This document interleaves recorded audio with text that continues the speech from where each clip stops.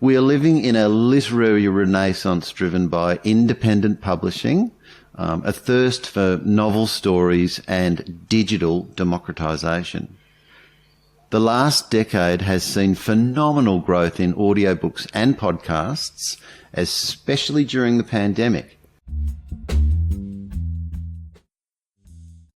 So we are buying and consuming more literature over time, but how are we finding it? Dr. Joe Lukins, performance psychologist. How do people find out about you and your mission? In various ways, and thank you, Dave, for including me in the discussion today. So I am in the region that I live in, which is North Queensland. I am a speaker and I work with various elite sporting teams. So I also have quite a strong media profile here in the region and across the country. So there's lots of different ways that people find me, but also because I have taken to writing in the last 4 to 5 years as an independent writer. That's another way for me to share the messages and the information that I have for clients to get my message out there further. So I guess there's lots of different ways, and obviously getting on board with the audiobook has been a really good tool for me in furthering that message, obviously, to the audience that really appreciate and enjoy audiobooks.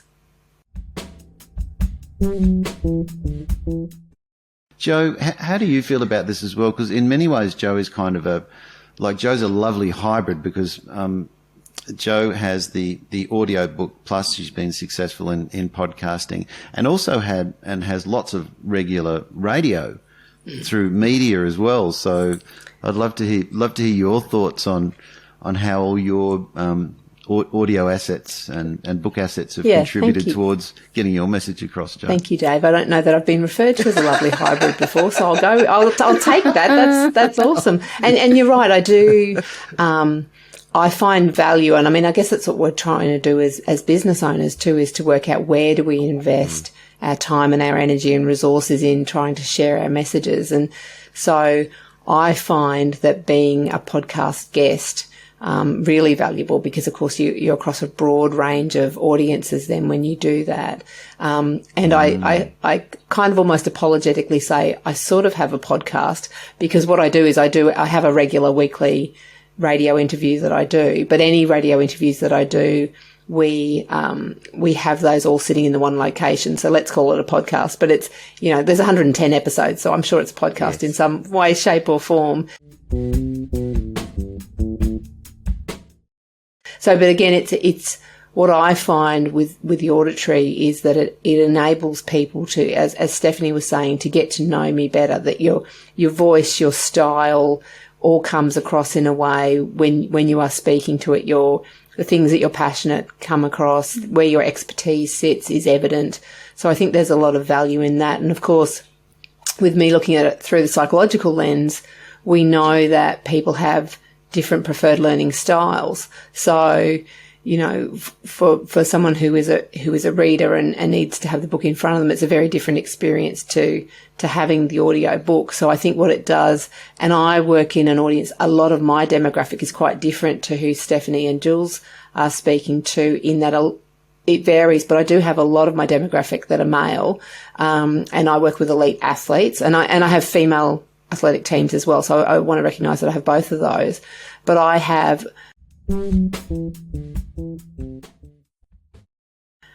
particularly also in the work that I do in defence, I have a lot of my audience that are not natural readers, if I can put it that way, or they're not comfortable readers, or it's been 5 years since I've read a book, that sort of thing. But they'll listen to podcasts, they'll listen to the information. And the other place where I've found it is that I use it as an opportunity.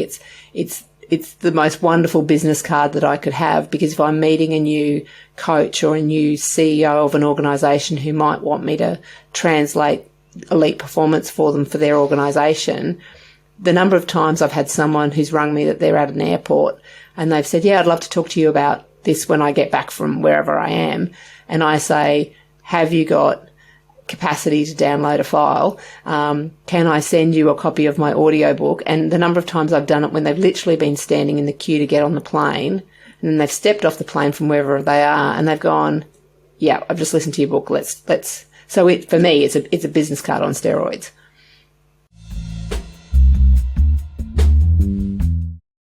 What keeps your raft afloat for you, Jo? I think I remind myself daily about why I do what I do, and I know we often talk about the why, and but it really is central for me. So I actually have a little conversation with myself every morning as I step out of my car and walk into whatever my day looks like. And it does vary. So I have contracts with the Army. Yesterday I had 125 16-year-olds at a grade 11 leadership conference. Like fun. Wow. Well, it was fun, and I must say I've done that. I've worked with that school for a number of years, and it's the only time I felt particularly anxious because sitting in the front row was my 16-year-old son. So I really had to get it right yesterday. So I was fortunate enough he gave me clearance to come and present. So I guess I remind myself, I feel fortunate with the work that I do. Gratitude is a big, well, as you know, Dave, it's a big part of what I've written about in the elite. So I know that. Yes. I'm afforded the opportunity to make a difference in the lives of other people, and that's incredibly rewarding.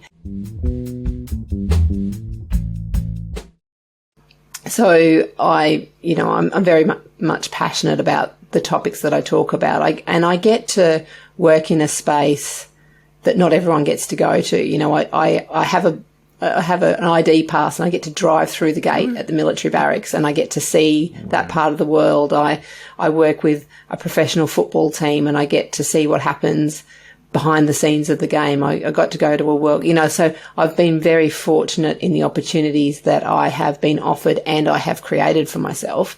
So both of those elements. So,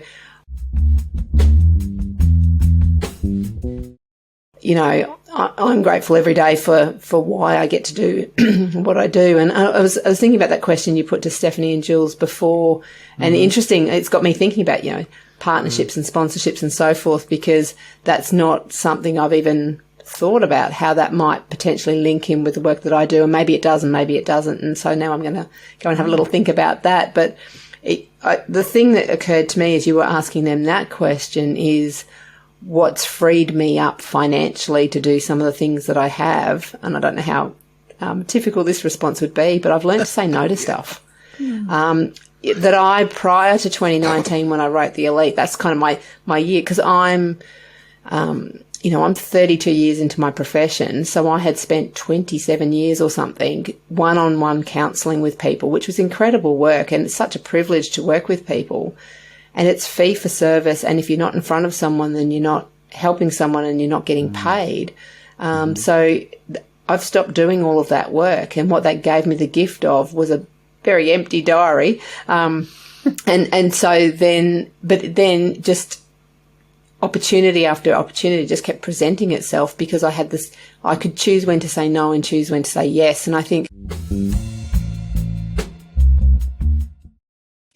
it takes a bit of courage to do it. Like I was scared when I did it. I was like, well, let's see how this goes. But I haven't looked back. And it's just caused me to be more creative and to think in different ways, and then to create those opportunities for myself. So it's come as a blessing for me. Oh, great story, Jo. I love that. Thank you very much. Yeah, too. Yeah, I love that too. And thank you for making that question I didn't ask you sound so fabulous. Thank you, Jo. That was exactly what I was driving at. So thank you so much for that. Now, would you mind if please forgive me if I put my foot in it again, Jo, but Jo, I hold Jo out as being one of the most sensational of my audiobook authors, and authors in general, who do the best at promoting their own books and making sure it's nice and easy for people to buy them, to come to read more about what Jo's about, to read about her passions for business, for sports psychology, and everything. She does this in an incredibly good way. So, Jo, if you need one of three things, then from my point of view, like that, you are not, that's the number one for you. I think you do that incredibly well. I'm thinking that this podcast is very good for feelings of self-esteem and self-worth. So thank you for I'm going to stay on here all afternoon. Good. It's going to go till 5 o'clock. Thank you for that. We've got plenty left. I think one of the things that I've found with my audiobook particularly is, and this is just the honest of what it is, that I haven't spent a lot of time thinking about where it sits in relation to a lot of those big Uber stores of where they can be purchased. I'm very grateful that they're there, and they certainly sell through those modalities. But as you know, Dave, I also, it's available to purchase through myself. And so I've probably sold more myself than I have through anywhere else. But I use that as a tool, I guess, to share. Can I gift you 5 copies of the audiobook that you can give out to your audience and so forth? Like, what are ways that you can share your message and try not to get too caught on what it costs you or where that, because it comes back tenfold, you know.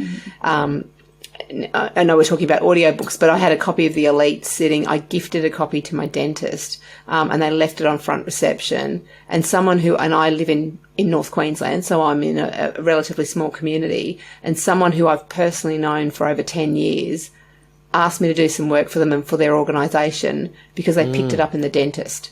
Now, they've known me forever. Never occurred to them that I could do any work for them. So stumbling over your book, and whether that be the audio book, you know, which obviously goes alongside probably for many of us a print book as well, it just creates that opportunity for you. And it's about being creative about how can I share it, not getting too worried if you get the $29.95 for it when it happens, because, you know, bigger things will come from it. And I think that's, for me, has worked really well. And that, you know, to Jill's point about that, just that value of the media, of someone else saying, hey, here's an expert. You know, the radio program I'm on a program once a week, where they don't even necessarily, most weeks when they describe me, you know, I might as well say it's the ABC. So you got to be careful what you say on the ABC in terms of what you can promote and what you can't. Mm-hmm. But, I sometimes go into our local bookstore here in Townsville and they'll say, what were you interviewed on last week? Because like 6 people have come in to buy your book or to do this or whatever, and they've never ever said what the book was. So what it does is it provides you with those opportunities. And Dave, you and I had this conversation, gosh, how many years ago now? I mean, the whole reason I did the audiobook, and dare I say it, I'm not an audiobook listener. Like, it's not my preferred mode. I'm slapping myself on the hand for anyone that didn't see it, but it's not my preferred way to consume reading. I like to read a book. And it was a friend of mine who said, love you to pieces, Joe, but I'm not buying your book until you have an audio book. And I'm like, really? Is it really a thing? No, knowing full well that it's absolutely a thing, and it's a fabulous thing, and it's a great way. I've got a son who's more an auditory learner than a written learner, so he loves audio stuff. So it's that, you know, and it was that conversation with my friend, and that's when I then contacted you and said, so apparently audiobooks are a thing and you can help me get one. So that's where famous that all words. Came about. So, you know, yeah, famous words. And Joe, I mean, to flip to Joe as well, I mean, some of the incredible interviews that I'm sure Dr. Joe Lukins could get for us, some really famous, the Melbourne Boomers come to example, all women's basketball team, things like that. I mean, Joe's got more of that slightly easier kind of Australian culture, sports person. You know, it's almost a guarantee of getting some interest from people. Joe, do you see some vision in your future in that sort of regard? Yeah, I would hope so. I mean, I don't know what that will look like. It's funny because I reacted just like Steph and Jules did about, no, I'm not doing TikTok. And then I thought, well, hang on a sec, I actually am. No, I'm not actually doing it, but I'm doing a course in book talk.